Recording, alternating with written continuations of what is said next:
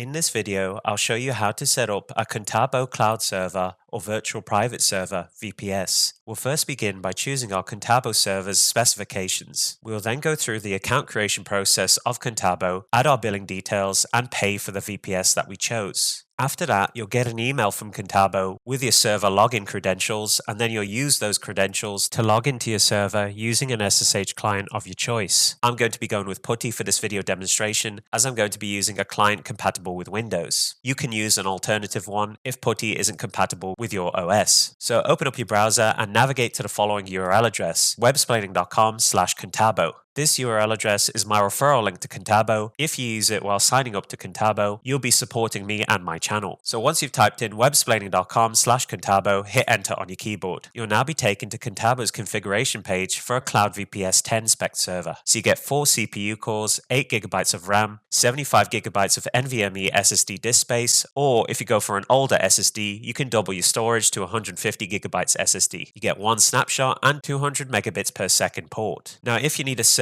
higher spec than VPS 10, you can simply click on change here, and then you can select one of these server package specifications that better meets your requirements. So my Contabo referral link, websplaining.com/Contabo, gives you the Cloud VPS 10 deal of just under $4 per month at the time of recording of this video for a 12-month contract with these specs. You've also got many other options such as Cloud VPS 20, Cloud VPS 30, Cloud VPS 40, and so on and so forth. If I just use the scroll slider here, you can see it goes all the way to Cloud VPS 60. Of course, as you go up in server specs, your price goes up per month also. For this Contabo VPS tutorial, VPS 10 is more than enough. So in my URL address bar at the top, I'm going to type websplaining.com/Contabo, and I'm going to hit enter on my keyboard just to go back to Contabo's configuration page for Cloud VPS 10. So once you've selected your server specifications, you can choose the quantity on the right here. I'm just going to go with 1. You can now select your Contabo term length. The longer the length, the bigger the discount. So if you go with 1 month, it's $4.95 USD.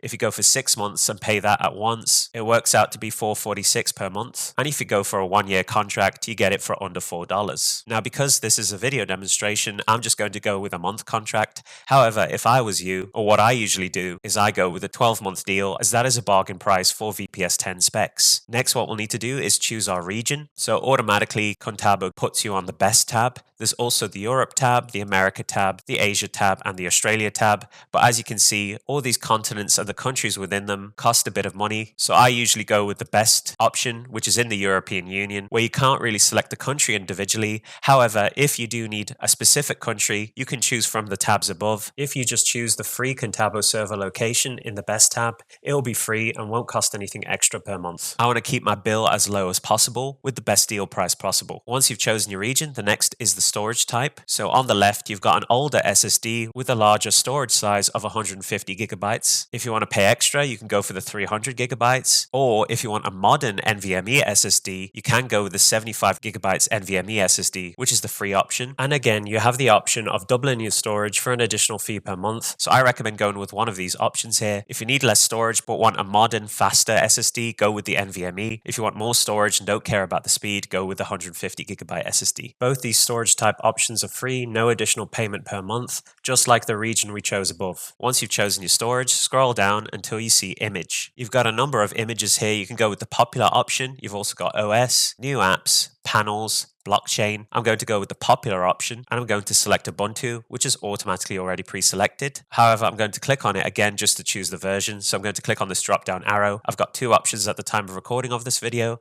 24.04 or 22.04. I'm going to go with 24.04 as it's the newest version that Contabo has on this configuration page, and then I'm going to click on get started. Next is data protection with auto backups. Auto backups is not currently selected by default, so you can see no data protection is selected. If you need automatic backups, it's going to cost you under $1 per month extra. I'm going to click on no data protection, as I'll just do the backups myself. If you want Contabo to do it for you, just select that option. Scroll down until you see additional features. Private networking, I'm going to keep it as no private networking. Bandwidth is unlimited traffic according to Contabo's fair usage policy. You can read those terms and conditions in your own time. IPv4, currently 1 IPv4 address is included with this configuration at no extra charge. It's free. I'm just going to keep 1 IPv4 address. I'm going to scroll down until I see add-ons. Object storage, I'm going to keep it as none. Server management is going to be unmanaged, which is free. I don't want it managed by Contabo. I can do the managing myself. Monitoring is set to none. You can add that if you want. I'm going to leave it as none. And then I'm going to scroll down all the way to the bottom to login and password for your server. The username is going to be root. That's going to be the same username for your server also. And then the password, you can pick a password in here if you want by choosing a password and entering it into this box here,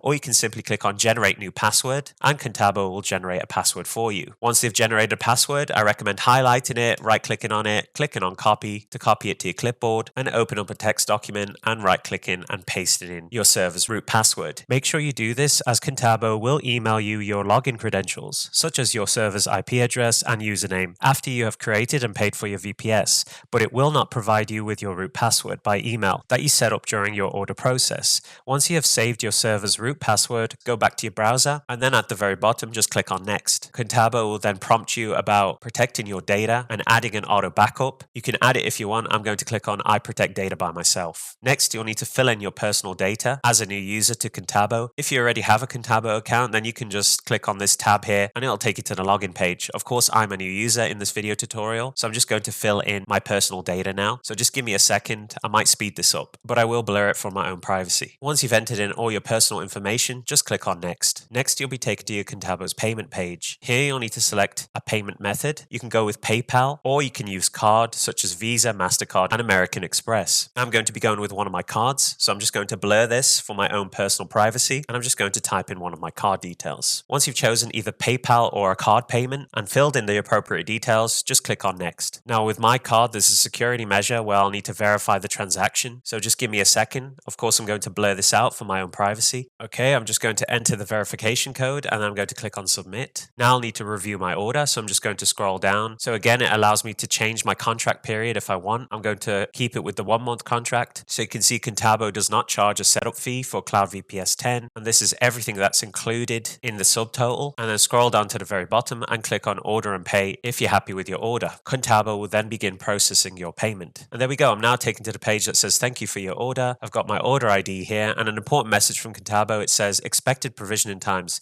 VPS and VDS take up to 30 minutes to set up to 3 hours in exceptional cases. VDS with additional SSD, we've gone with a VPS, not a VDS. Could take 48 hours during business days. Dedicated server, 48 hours, business days again, and object storage is instant. In most cases, we are able to provision your order in much shorter time. In rare cases, it may take longer. As soon as the provisioning is done, you'll receive an email with the login credentials. No action is required on your end. It is not necessary to contact us in this regard. Okay, so that's pretty much the entire message. So we just got to wait about 30 minutes or shorter. You can check your email address once roughly that time has elapsed to get your login credentials for your virtual private server. So I'll be back with you once the credentials have been emailed to me. Okay, I'm back. That didn't take long at all. I'm just going to open up my email address now, which is a Gmail email. You can see I've got 3 emails from Contabo. The one that I'm interested in is the your login data email, which is the latest one. So I'm just going to click on it. So you can see my VPS's IP address is 161.97.137.243. The server type is Cloud VPS 10 NVMe. The username is root and the password is as chosen by you during the order process. If I scroll down more in this email from Contabo, you can see we've also got an IPv6 address, which in my case is this one right here. It starts with 2A02 and ends in :0001. So I'm just going to copy the IPv4 address, which is listed as IP address at the very top here, by highlighting it, right clicking on it, and then clicking on copy. I'm going to open up my text document here, and I'm just going to save the credentials into a text document so I don't need to keep opening up my email address. So I know this is my server's password, so I'm just going to label it as such.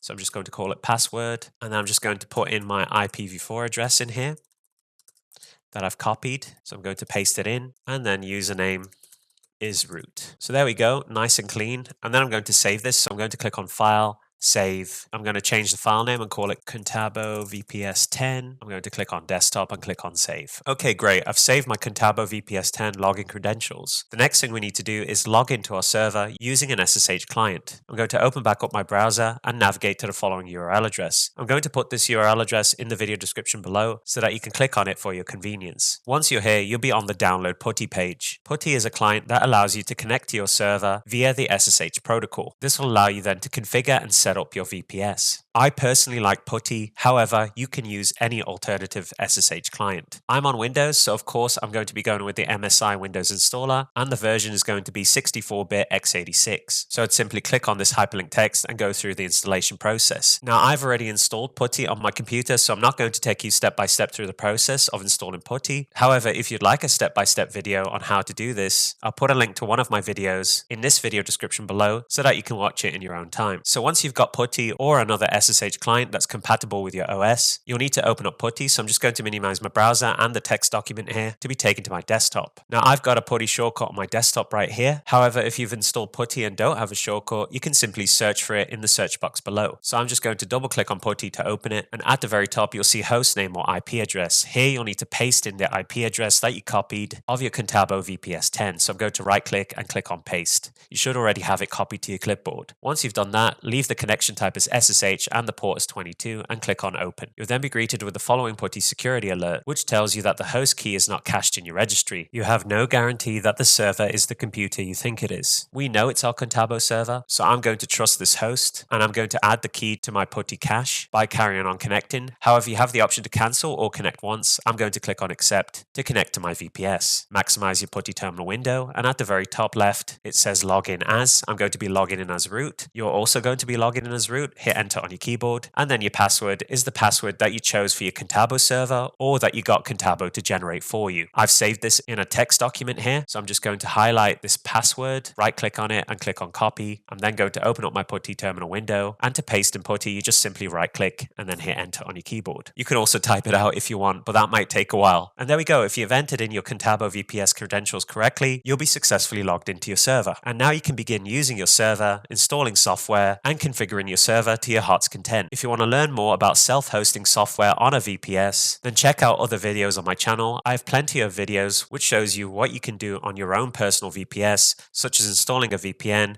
hosting a website or app. If you enjoyed this video, be sure to give it a like, comment down below, and most importantly of all, subscribe to support the channel. I'll see you on the next video. Why is it so hard to let you go?